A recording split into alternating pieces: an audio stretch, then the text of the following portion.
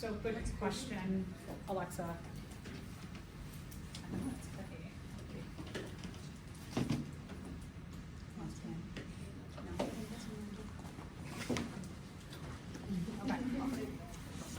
This will be around during lab too.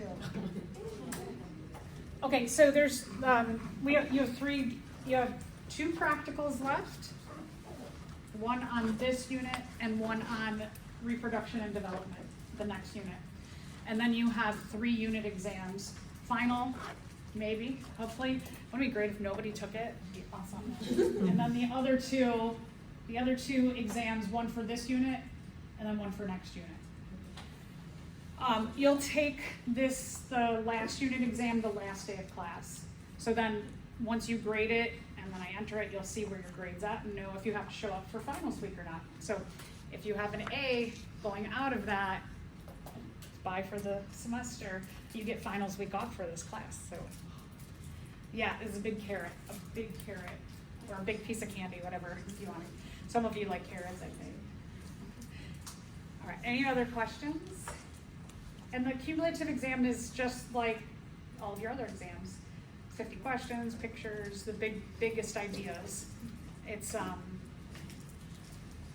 not that hard, but it is hard in that you have to go all the way back to August, right? So something that, if you can, don't take it. So let's talk about our red blood cells, because remember that when we talked about blood, that the red blood cells make up 99% of the blood cells in your blood.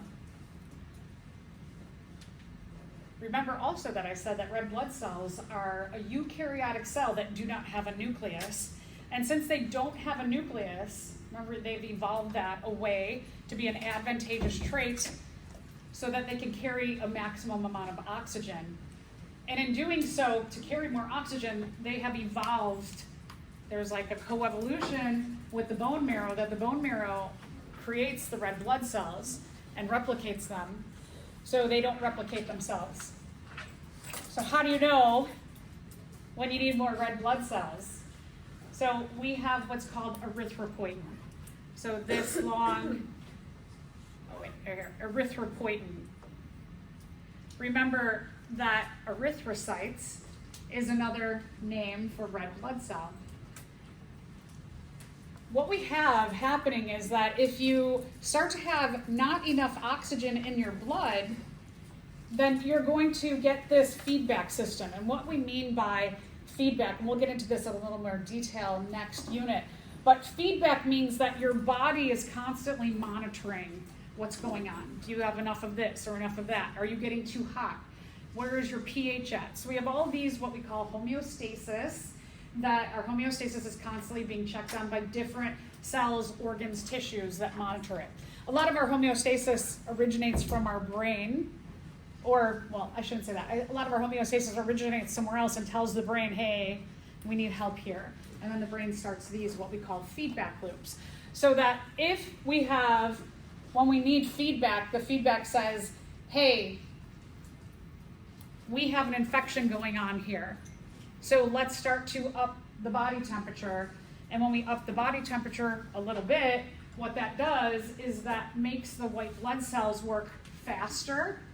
And it makes whatever's kind of taking over, whether it's a virus or a protist or a fungus or a bacteria, it slows down their growth or their replication while it's upping our immune system. So a low-grade fever is a feedback loop that in our bodies, it'll say, hey, the immune system, let's get going because this is starting to overtake you. Now let's boost you and let's suppress this. And so then we have a feedback system that's watching that, and that little bit of that low-grade fever makes this system work until the immune system can overtake this and completely knock out whatever is invading you. That's what feedback is. When we are talking about, we have negative and positive feedback. A negative feedback loop is like you have all of these different tissues that say, one says, uh-oh, something's happening, let's go on alert. And then it releases something into usually the blood, and then the blood carries that chemical to something else, and it stimulates that something else to release something else, and that something else releases something else, and it goes into the blood and contacts something else, And so you have this contacts this, contacts this, contacts this. And then when you get to the end point, whatever is the last thing released comes back to the first one who started it, and it'll say, everybody did their job. We got this under control. Don't release any more of that stuff to make this loop go again and again. Let's stop. This whole loop chain worked, so we can stop.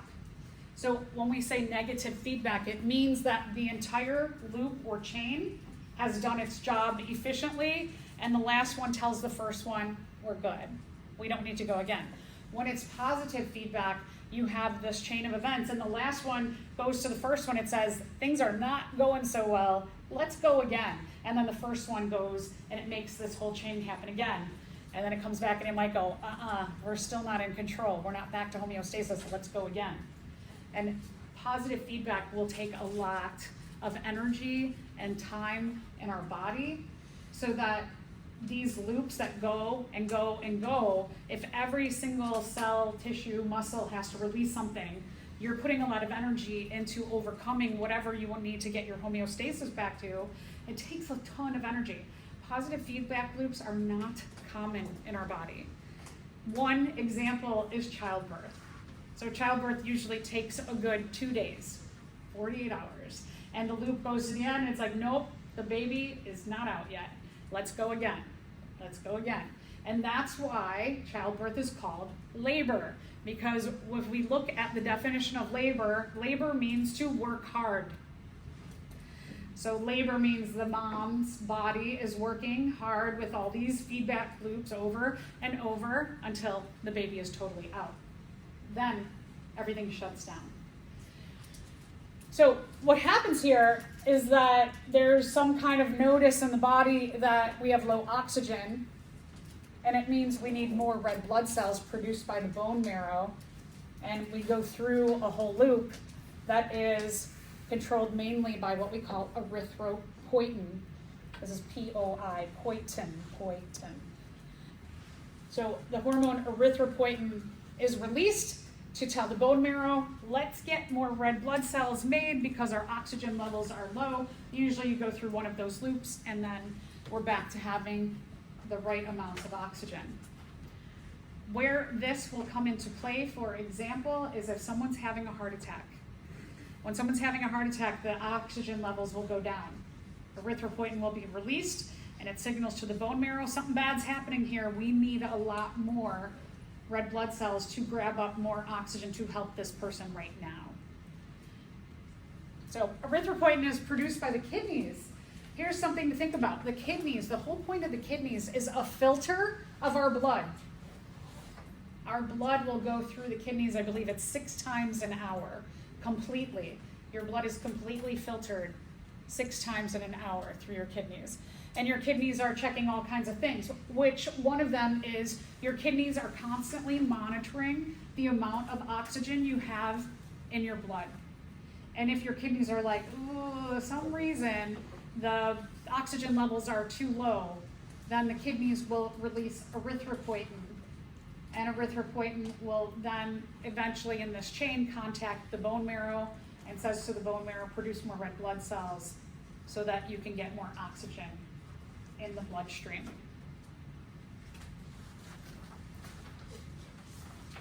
So here's our feedback loop, and you can see here, this is red at the end. The red at the end says stop. Does anybody need me to go down? So on your illustration about erythropoietin on the top of the next page, and we're making this simplistic. It's a little bit more complicated if you take a physiology class. You'll learn about this in a lot more detail, all the players in the loop. But simplistically, what happens is that the kidneys, they determine that there is an oxygen deficiency. So as blood is filtered through the kidneys are like, whoa, we need more oxygen. The kidneys produce erythropoietin. Erythropoietin is then diffused into the blood,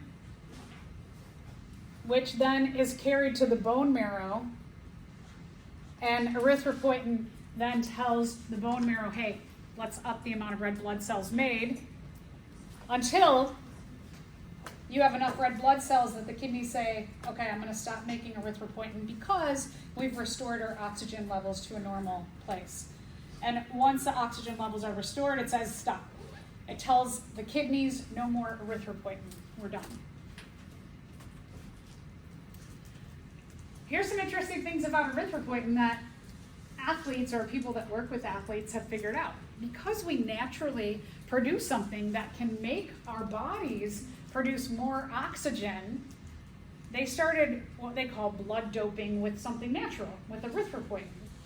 So they're taking extra erythropoietin.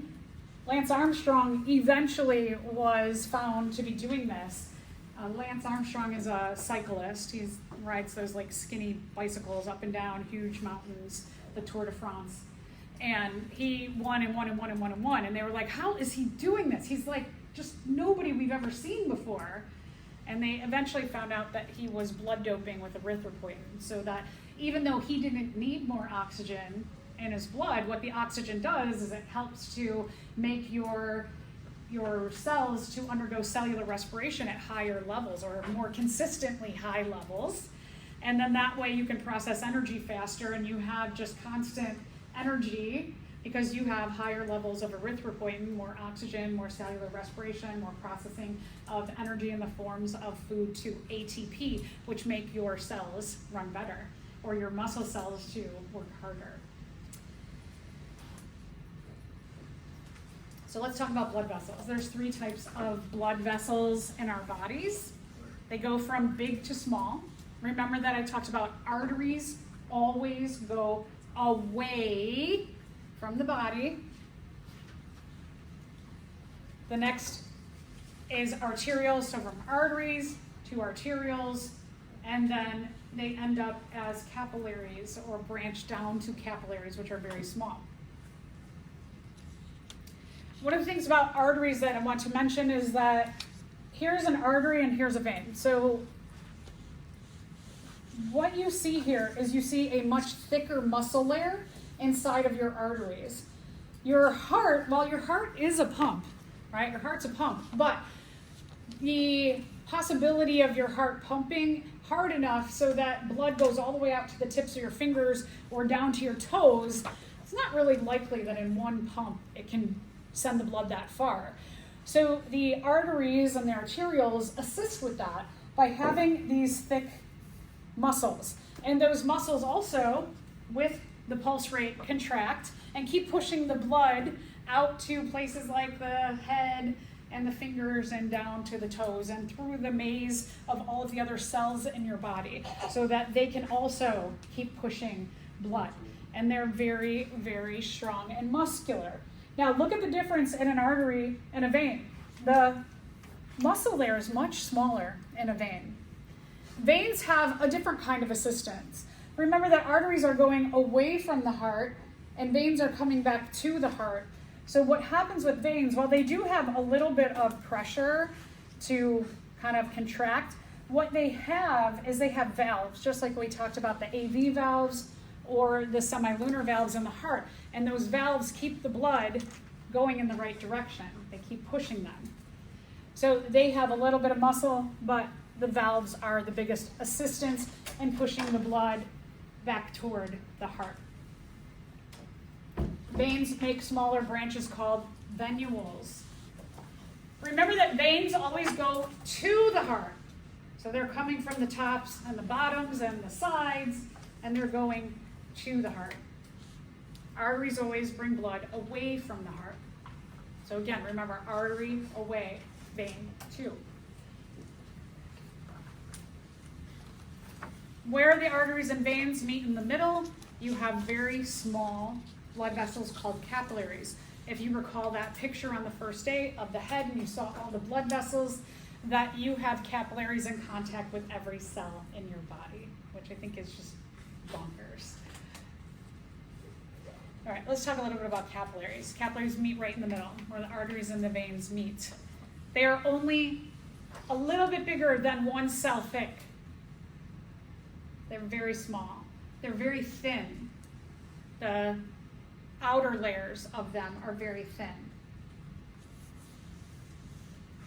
Capillaries need to be thin because that's where diffusion of things like oxygen out, carbon dioxide in, nutrients and energy, hormones, ions, water need to be able to diffuse across the membrane of the capillaries.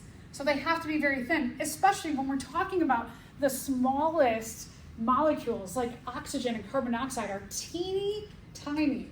And so for them to get the ability to diffuse through from like oxygen from red blood cells into the cells, you have to have very thin walls. They look clear. They're so thin. You can see too that the red blood cells just fit through. And again, you want thin walls and you want them to be small so that diffusion across, they can diffuse oxygen easily, other small atoms or molecules easily against this. So they want to tightly move through the walls or through the capillaries. Gas exchange is the perfect way to do this when you have very thin walls.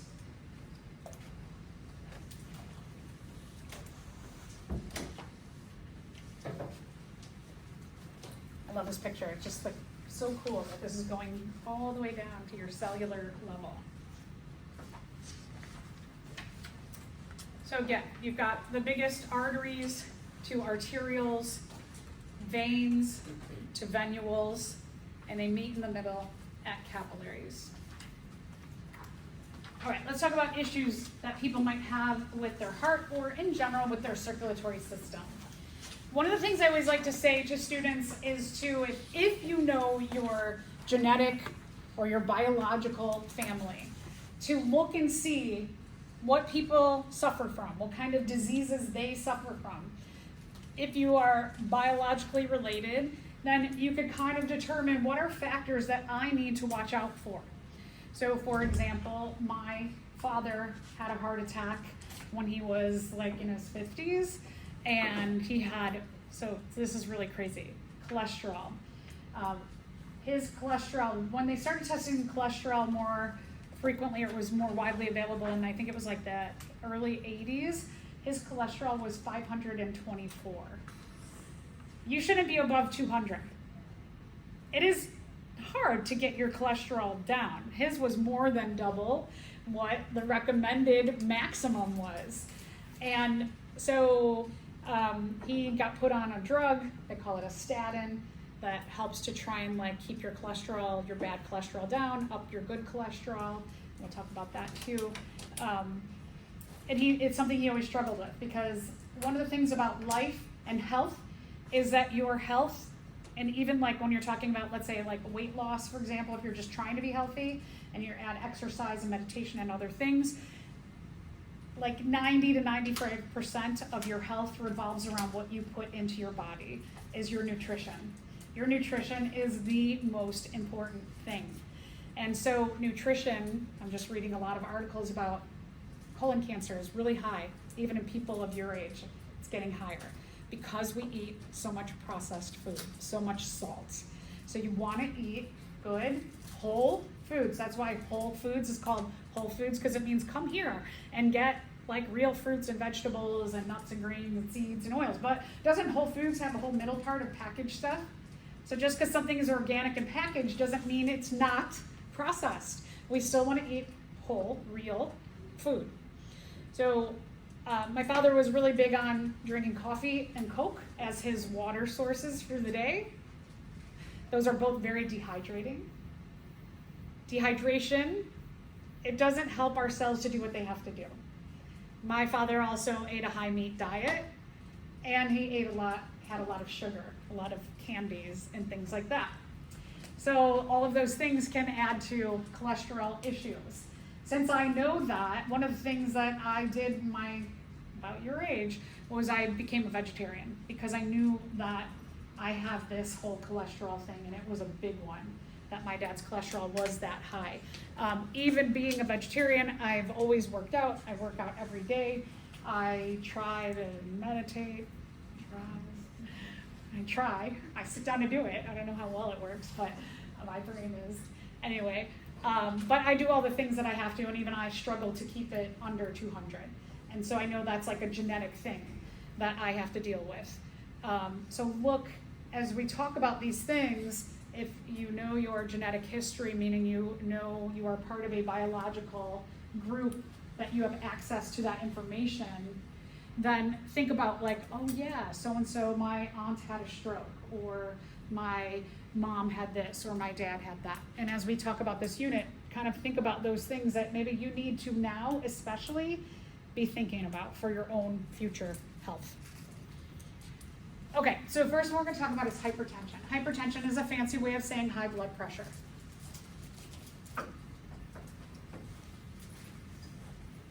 This is one I don't suffer from, which surprises me because I'm a very anxious person. But it doesn't trigger this. High blood pressure, what that means is that your arterioles are stressed and they're constricting really hard. Remember when you did the ECG and you kind of like did this? That's like what you're basically doing with your arteries and arterioles, is that you're like, they're getting like, ooh, ooh, ooh, ooh, when they should be like that. A lot of this is just genetic, that some of you will suffer from these things because you just have those genes. There's also a lot of research going on in the world that one's microbiome has a huge relationship to your diseases that you have. Is a huge, and people are like, whoa, this is crazy. And that changing your microbiome can also help to alleviate some of this.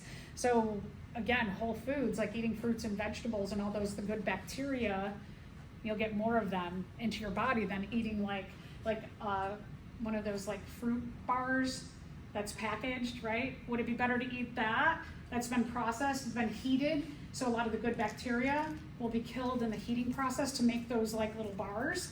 Or if you eat an apple, right? If you got an apple bar or you got an apple, you're gonna get a lot more of those, that good microbiome components in this apple than you are in this heated up little apple bar. So just like think about those things. Processed food is processed. Did you want to say something? Oh. Okay, so the other thing is that the heart's a muscle. When you exercise muscles, they get bigger. So if you are exercising your muscle, your heart muscle really big, it gets bigger. And what they can see in people, they can do different tests on them. They can look at the size of their heart. They can also, like if they start tracking you and they do a test and they think that you are pumping too hard, they'll look at your chest, they'll do like maybe an x-ray or something, and they can see like your heart is enlarged because your heart is working too hard. And with muscles that work too hard, you can get pains in your muscles that work too hard. And when you get a pain in your chest from your heart working too hard, it's called angina. It's a strain on the heart. Sometimes hypertension can be misconstrued as having a heart attack because it's like, oh, I got pain. And usually heart attack will also be pain in the left arm as well. So this is a big sign that something's going on with the circulatory system, pain in the chest. Here now we have a relationship between two bad diseases, is that hypertension can also, and we'll talk about atherosclerosis or hardening of the arteries, that these two have a relationship as well. That if you have hypertension, your blood vessels will respond by sticking fats underneath the walls of your arteries, and those fats can harden and then cause your blood vessels to become brittle and not constrict enough. They're like, when they want to be nice and pliable. Pushing too hard on arteries and arterioles can cause them to break open. It's like the door. If, let's say I have a king-size bed and I've got to get it through that door and it's too high and too wide to do that, you're going to have to like bend that bed, right? And you're going to have to really work hard to shove it through. That's essentially what's happening, is that when your arterioles and your arteries start to constrict more, you have a flow of blood. That when your arteries are like this, the blood flows nicely through this sides. But when it gets constricted, you still have the same amount of blood. Now it's pushing harder through. Just like the door and the mattress, right? You're gonna have to like really push that through. Might it like wreck the paint on the door? Yeah, just like that, pushing something through a smaller space is going to wreck the integrity of the structure. So you can get ruptures. If those ruptures happen in the brain, they're called a stroke. If they are in other places, it can cause internal bleeding. And if it happens somewhere else in your body, that you could have this pushing and destruction, remember your platelets will go, there's an uneven surface, so let me shoot out my fibrin to make a clot.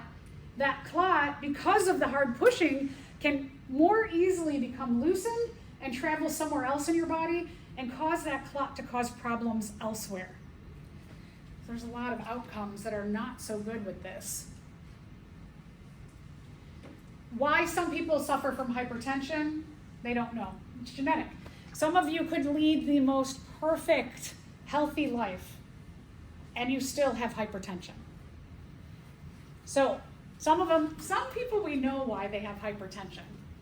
So hypertension could be that you're overweight, you're so stressed out.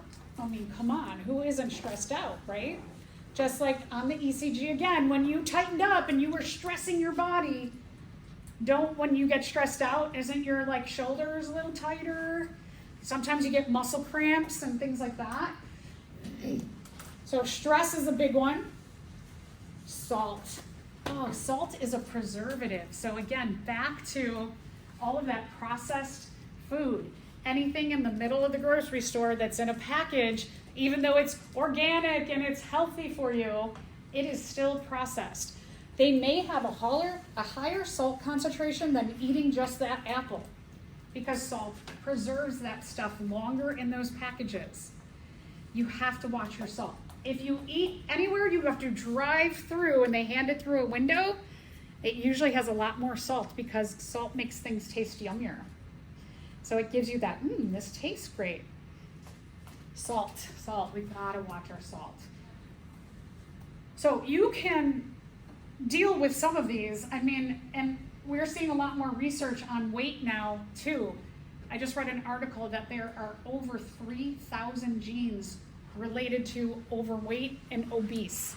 3,000 that we're finding out. It's just not as easy as saying, just control yourself, right? Just have willpower. It is genetic. So this can be very difficult for people. This is difficult for everybody in our society. And if we're also overworked, right? We're also pressed for time. So what do we end up doing? Grab and go stuff, drive through, or package stuff with us. So that raises up this. So a lot of times all three of these are related together too. It's really tough. There are medications that can help to alleviate this a bit, but here's what they do. The medications dehydrate you. Not good to be dehydrated. One of the things about our cells is we need water to make and break molecules in our body. Water is very critical. Being dehydrated is very bad for our bodies. So if you have hypertension and you're taking one of these medications, what it does is it takes that volume of blood that's pushing so hard on your arteries and your arterioles, and it brings the volume of blood down by taking water out. Now you're making your blood thicker. And you've already got some issues here with maybe making clots, and now you're making less water in the blood, which could lead to more accelerated clotting. So a lot of these things become like a complicated spider web that then they're looking at this and going, just do these things, right? If somebody told you right now, you have to be less stressed out, what are you gonna do to manage that? That's like almost impossible. I had a student who had a genetic condition where his blood vessels didn't link as much and didn't extend as far. And so he had to lead a stressless life. So he was taking college 2 classes at a time, right? Wouldn't it be a lot less stressful if you just took 2 classes, right? But then doesn't that cause a stress that you're like, but now I'm behind everyone else in the world? So one thing that's stressless can cause more stress psychologically, right?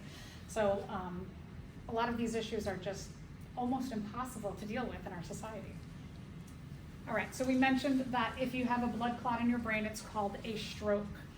You get a rupture of a blood vessel in your brain. What that does is it causes oxygen, nutrients, hormones to not flow to your brain, and it causes your brain cells not to be able to get rid of waste products, get rid of carbon dioxide, also pass on things that the brain makes to contact other things in your body.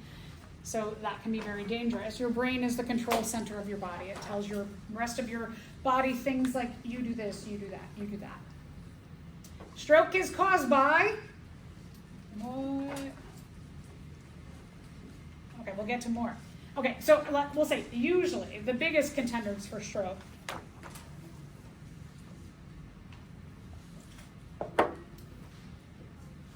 atherosclerosis, we'll get to that, hardening of the arteries, embolism, where you have a clot that forms somewhere else in your body, and then it's pushed and it settles down somewhere that it didn't originate.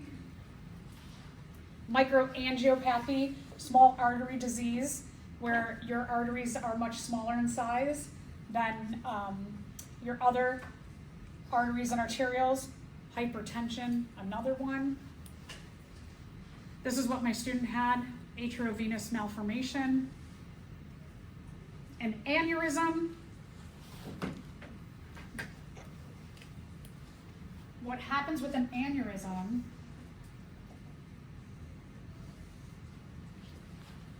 is that your blood vessels start to lose their elasticity. It's just like a balloon.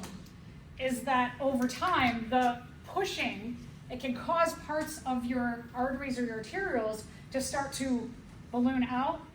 Can you keep blowing up a balloon infinitely, or will it eventually get so thin that it pops? Pop. Yeah. My dad had an aortic aneurysm, a dorsal aortic aneurysm, and aneurysms on the first parts of his iliac arteries that go to the start of your legs and your pelvis. He was like so close to blowing up 3 different places from the aorta.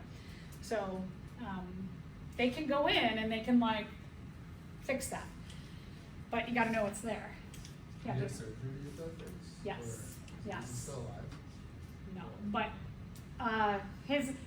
what we believe that kind of pushed him over the edge was like a combination of all these factors, and then he smoked when he was young. Everybody was smoking. I mean, when we were in the car as kids, he was smoking. He had lung fibrosis, and then during COVID, he fell down the stairs. So it was like a series of a lot of like things that were bad. But yeah, he did have surgery for the aneurysms. We'll talk about open heart surgery in a minute. Yeah, he had a lot of circulatory things. Yeah. Thankfully, but aneurysms are, I mean, an explosion, especially if you're talking about like the aorta or one of the major arteries in your body, or anything in the brain can be really hard. Brain injury, get in a car accident, motorcycles. I'm always like, my son, he wants to ride a fast bike, a really fast bike. And I'm like, no. He's like, but it's just a bike. And I'm like, 30 miles an hour with a helmet on, that will make you lose your brain capacity or kill you. So hit your brain, could be sports related, head injuries, car accidents, congenital artery effects, things that happen when you're in utero or in the womb. And if you're premature, things are, like out of control. You're trying to develop all these things.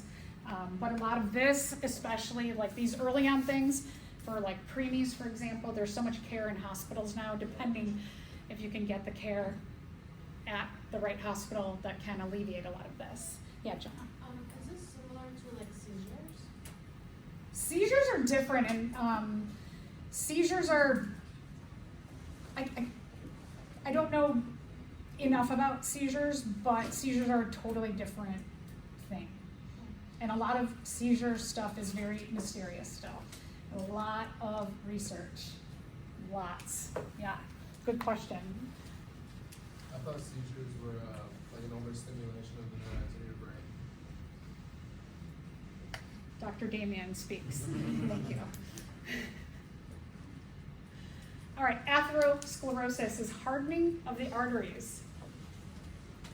Fats, too much of the not good fats that we consume get stuffed underneath the walls of your arteries.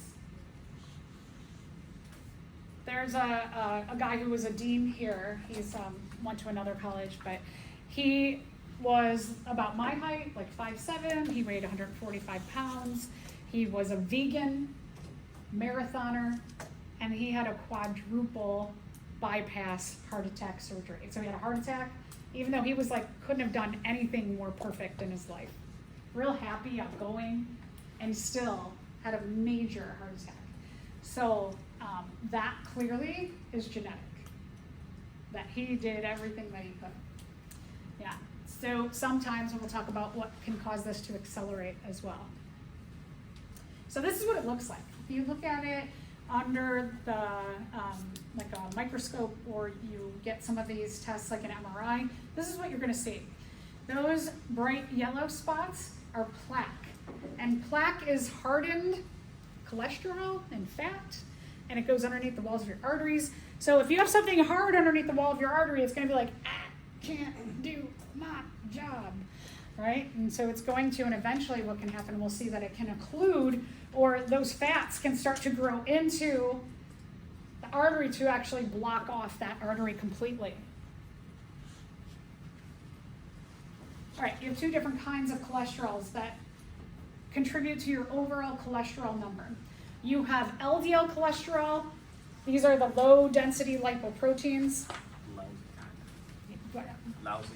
Lousy, yeah, good. I always think like they're low. They're bad, they're low. I like lousy. They're lousy. That's good. So these are the ones that are more destructive. What happens, oh, and let me mention too, that they call them the bad, the lousy, I like that. You always have good, you are the mnemonic king, right? The bad cholesterol will accumulate between the wall of your artery and the muscle layer. So it'll go right in between there. And doesn't this look nasty? You can see. So when it's fresh, a fresh fatty core will develop. But then it'll harden. It'll get harder over time. And that brittleness can cause ruptures or cracks in the walls of your arteries, which then will cause your little tiny platelets to come and do their spider web fibrin thing and cause a clot to occur. If it's so occluded, if you have so much of this fat that's accumulated, it can make this very narrow to get through, which also then you have a little hypertension thing going on, right? Because you have an occlusion and it's pushing. So it starts to make this like even more susceptible to breaking down. So you've got, this is making it brittle, and then the pushing of the blood flow is also causing stress. And if you get the crack, you can get a clot, and the clot can get stuck right there.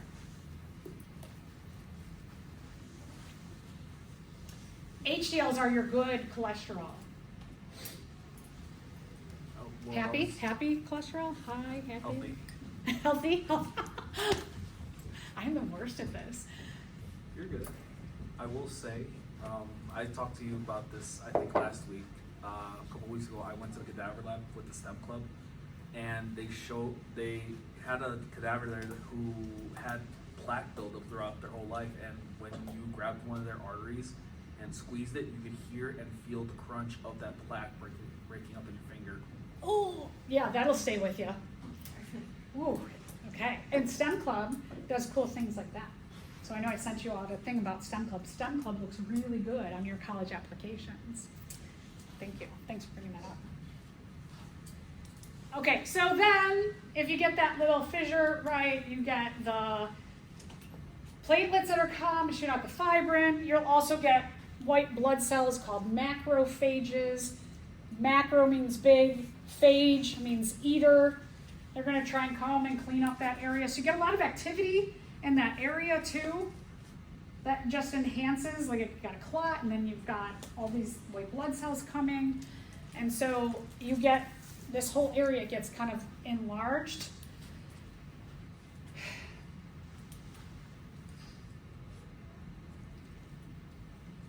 I'll think about that now anytime I eat something really fatty.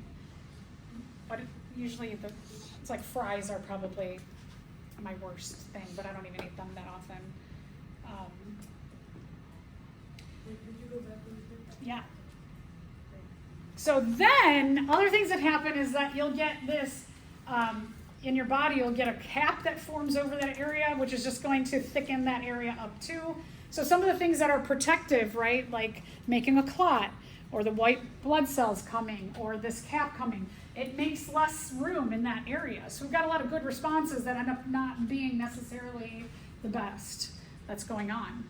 So you get a little muscular cap that tries to cap over that uneven surface, just adds more thickness.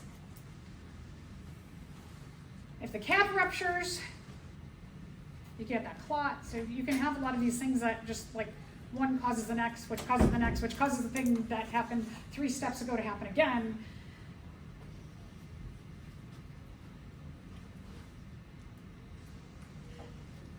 And then, this is what it looks like if you see a cross section of it. And then, crunching if you squeeze it. But certainly, if you just looked at this, I'm pretty sure you would think that does not look healthy, right? That looks kind of yucky. Yeah, you can also see a lot of fat around here as well.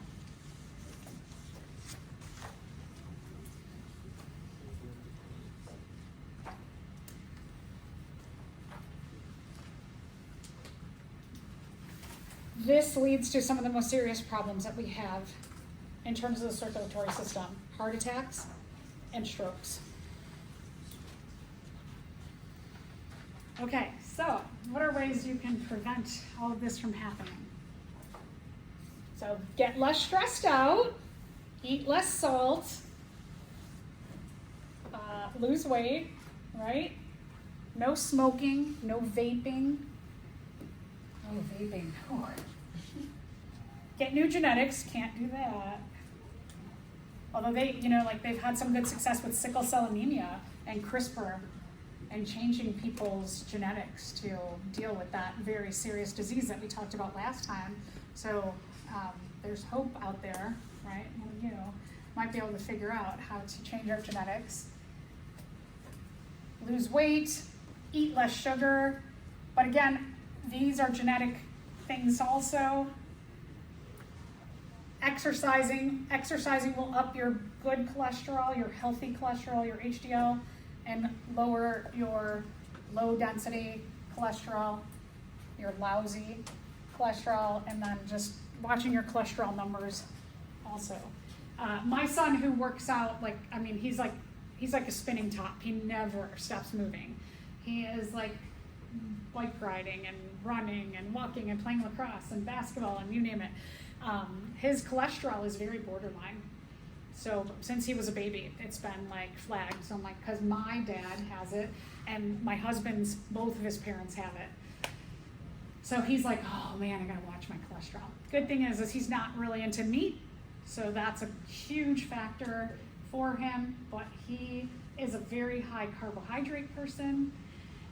His main food group is bread, pasta, like all of those complex carbohydrates, which can lead to your sugars being high, your triglycerides being high, which can then also convert those sugars into fats. So it's all like a big thing. So all these things, right? They're hard in our society to deal with. There are drugs that can help you to not have the cholesterol stored underneath the walls of your arteries as much. Lipitor, for example, it's one of the 2 top-selling drugs in the world. Does anybody know what the other one is? It's kind of related to the circulatory system. It's a little blue pill. Oh, Viagra. Viagra. Viagra is the other top-selling drug in the world. Viagra causes the blood vessels in the penis to not fill up with blood. So it causes the lack of an erection, which is a circulatory system issue. So they're both circulatory things. It's really fun to go to the doctor with your father and they say, are you on any other drugs? Oh yeah, I take Viagra. And you're like, no. So all of these other treatments are difficult. Okay, so heart attack. Let's get into what happens as a result of hypertension then. Heart attack is called a myocardial infarction. They sometimes call it an MI or an AMI, acute myocardial infarction. So if you've ever heard these terms like in a show or something, it means person's having a heart attack. This affects the coronary arteries the most. So here's where we're focused on. Remember, the coronary arteries are the ones that spider web around the heart. You've got the two branches. And so those are, remember how thin they are on the outside of the heart? Yeah, so those, if those get occluded with plaque, you could lose the service of these branches to making your heart be able to function, or the heart cells function. So those little small ones, it doesn't take all that much for them to get occluded.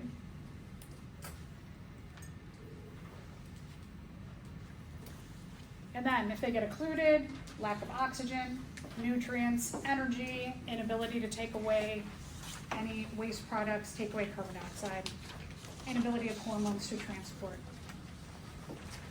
Rapid treatment can really enhance survival. Yeah. Rapid treatment meaning that there's like two main things that can happen in terms of rapid treatment. And one is take an aspirin. So if you're ever around somebody who's having a heart attack, you get them an aspirin as fast as you can.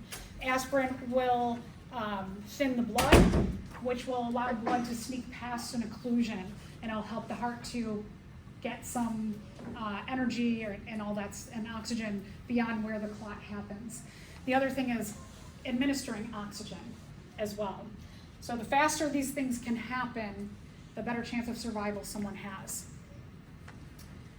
So what are some things, if they are like, they go in and they see that there's plaques forming in your coronary arteries, they can do a few things to help to alleviate future problems. And so a few of these things, they usually go in like around the groin, and then this little wire. Now remember how small those arteries are. This wire, they navigate it all the way up to the heart, into the coronary arteries. And this wire could have a variety of little tools at the end. So here's what it would look like if somebody has an occlusion that's started to form. They could do 3 techniques. One is at the end of that wire, there's a little tiny drill. And someone just goes zoo, zoo, zoo, zoo, zoo, and they break up that fat. The other thing is called a stent. So if you've heard this term stent, what they do is they have a wire with like a little grabber on the end, and the stent, it's like a spring. So they keep it closed at the end of this wire, and then they get it to the right area, and then they release the grabber, and the spring opens up, and it kind of pushes this to the sides or breaks some of this up in the process. And it opens up, and it gives support to an area that's a little more broken down. And then the third thing they do is kind of similar to wherever you have circulatory vessels, you're going to have lymphatic vessels that are right next to them. Because one of the things about the circulatory system and the processes in our body are often ruled by diffusion. Diffusion is a process where something moves from a high concentration naturally to a low concentration. Water moves via diffusion in our body. So our circulatory system, which has a lot of water in it, water is constantly diffusing out. Now, if we didn't have a lymphatic system, what the lymphatic system does is it gets that water, it captures it. And then the lymphatic system eventually dumps it back into the circulatory system. So that otherwise, if you didn't have a lymphatic system, you'd explode from water diffusing out of your circulatory system and your other cells as well. So this whole network, wherever you have an artery, an arterial, vein, a venule, capillaries, you've got the same system in the lymphatic system, opposing that to continually pick up the water. You also have a lot of lymph nodes. When you go to the doctor, they feel your neck, right? Let's see how your lymph nodes are doing. Or if you're sick, you've got some kind of respiratory issue, they feel in your neck. Wherever you have a portal to the outside world, eyes, nose, mouth, ears, you've got a lot more lymph nodes.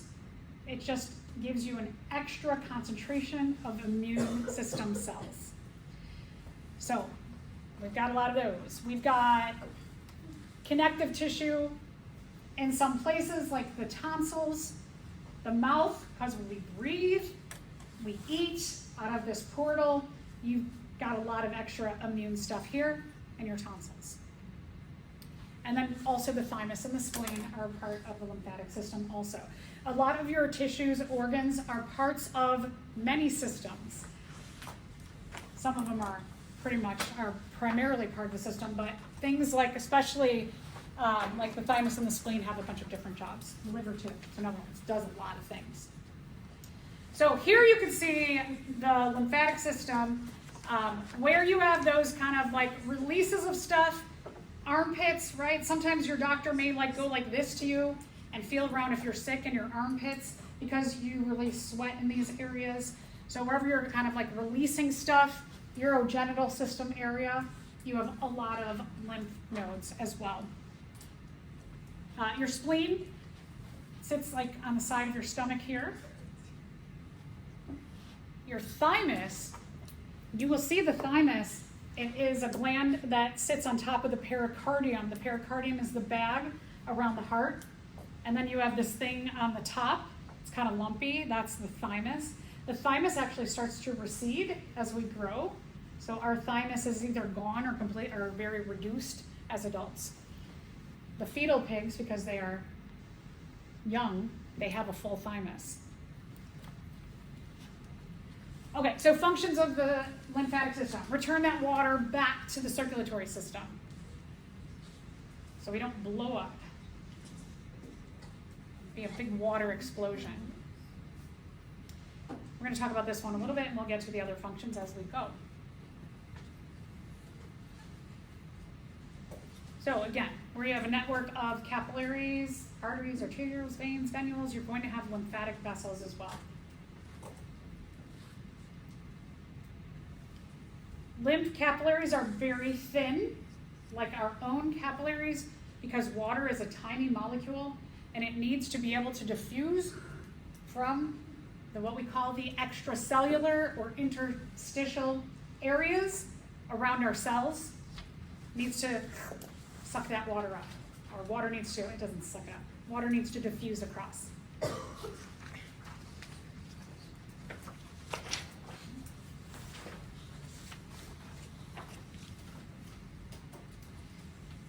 Your lymphatic vessels also have one-way valves like veins, so that they can keep the water moving in the right direction. They're pushing the water back to a place where it can merge with the circulatory system. Really important, especially like your fingers, your ears, your toes, where you have like dead ends, right? Kind of like gets to the end of the body and then it's got to come, things have to come back. So you have a lot more of them there to keep pushing. They'll go to larger lymph vessels that have more muscular walls in addition to the valves.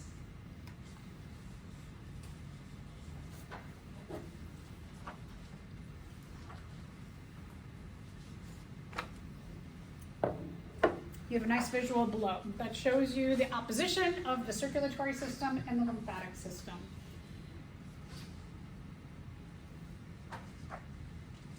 These yellow areas are what we call the interstitial areas.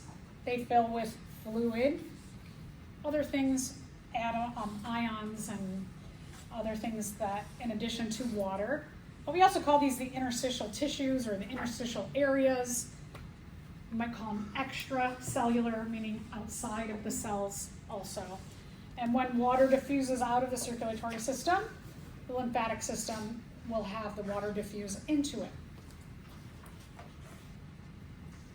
All right, so this is a disease that's caused by a roundworm, by a nematode, a parasitic roundworm. It's called elephantiasis. A lot of people call it elephantitis, but you'll notice the spelling, elephantiasis. Like infection disease? Yes, it's an infection from a roundworm, usually in areas where water filtration is not there or not very good. That these roundworms will make their way in. The other thing is that also mosquitoes can carry them. Like we talked about with malaria. Malaria also can take a protist and inject it right into. Here's the roundworm. Can also be injected by mosquitoes. Mosquitoes and water accumulation, a lot of that goes together. We're talking more tropical areas of the world. This, oh, this one? Oh. So more tropical areas where we're going to have more mosquitoes for longer periods of time, like maybe all year, as opposed to here, we get the die-off period over the winter.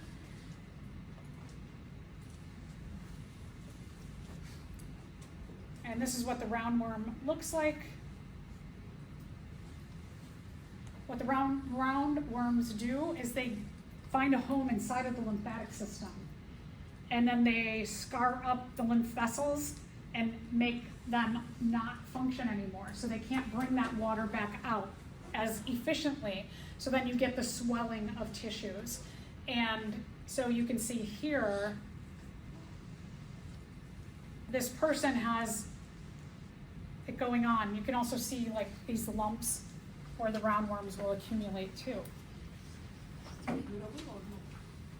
It is curable, but, and the roundworms, they will replicate quickly. The cure is chemo. So like cancer, where people get, so one of the things about the roundworms is that, and chemo, so chemotherapy is that it targets cells that replicate quickly. Cancer cells replicate, why can't I say that today? Replicate fast. When someone is undergoing chemotherapy, other cells in your body that replicate fast will also be affected indirectly, right? You don't want them affected. So hair, which replicates quick, nails, eyebrows, eyelids, eyelashes, not eyelids, oh my gosh, eyelashes, the digestive system, the outer layer of the digestive system, it's sloughed off and it replicates quickly, so we'll get a lot of digestive system disorders as well, or issues, I should say. The roundworms, they replicate quickly. So taking the chemo will target the roundworms, but it usually takes 1 to 2 years of chemotherapy, which is very tough on the body. And if we're talking about areas of the world that don't even have like good filtration, or water accumulates, they probably don't have the money to buy the chemotherapy either. So you'll get these accumulations. The lymphatic system is definitely decreased in those areas, but not completely shut off. But it's a very difficult thing to deal with. Sometimes like compression garments will help a lot. It'll help to like squish that area so that blood and water and all that can flow better. Okay, second function of the lymphatic system is to transport fat. Fats that are released from the small intestine go into the interstitial areas, and the lymphatic system picks them back up. And then the lymphatic system dumps them into the vena cavas. So now here's the connection between atherosclerosis and the lymphatic system and the circulatory system, is that fats are very large molecules that get picked up in the interstitial areas, and then they go to your heart, and then they flow through the heart. So there's where you can get fat buildup right away in your heart. So think about that the next time you eat a cheeseburger. Meat fat accumulates at a much higher rate because our body doesn't know what to do with it. Our body can't metabolize meat fats as well as it can anything that's vegetable based. So here's another of the million cases, and not only environmentally is it better for us to not eat as much meat, but it's so much better for your health as well.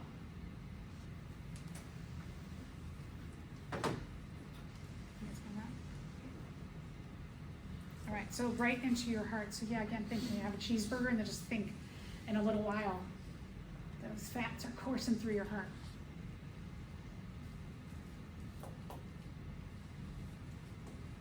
And then you're gonna get that crunchy, those crunchy arteries, like Naz said. No, I don't. Have some candy.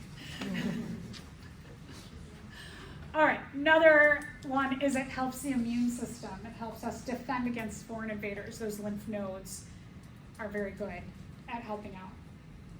You get an accumulation of those white blood cells in the lymph nodes. So foreign invaders, like the major ones that we talk about, like bacteria and viruses, but can be anything, protist, fungi, roundworm, dust, things that we just don't want in our body. They're gonna help out with.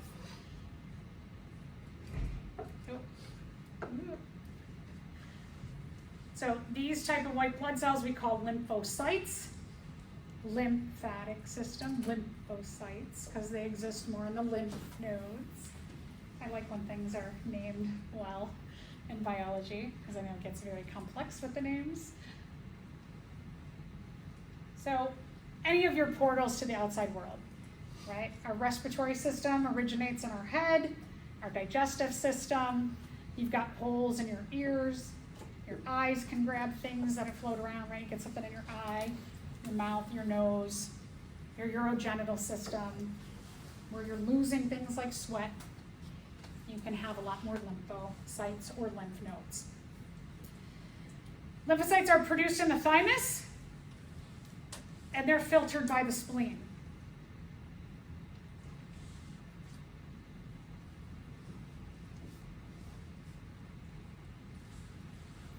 There's other places that produce lymphocytes too. Really important as you're young and you don't have a microbiome built up, you're building that up in your first 3 years, that thymus is really going to help defend against foreign invaders.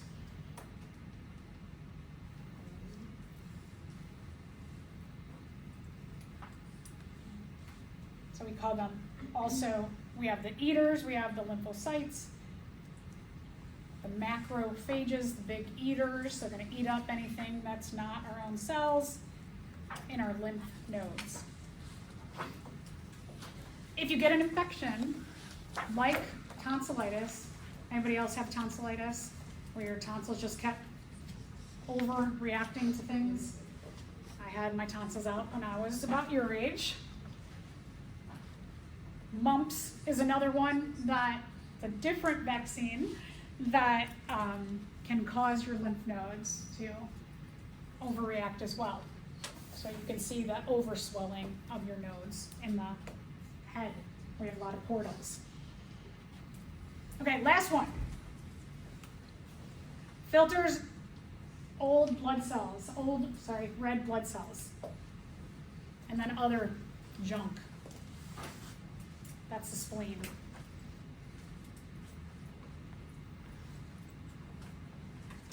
The spleen assists the kidneys with like filtering stuff. And so like you can lose your spleen, it just puts a little more tax on the kidneys, for example.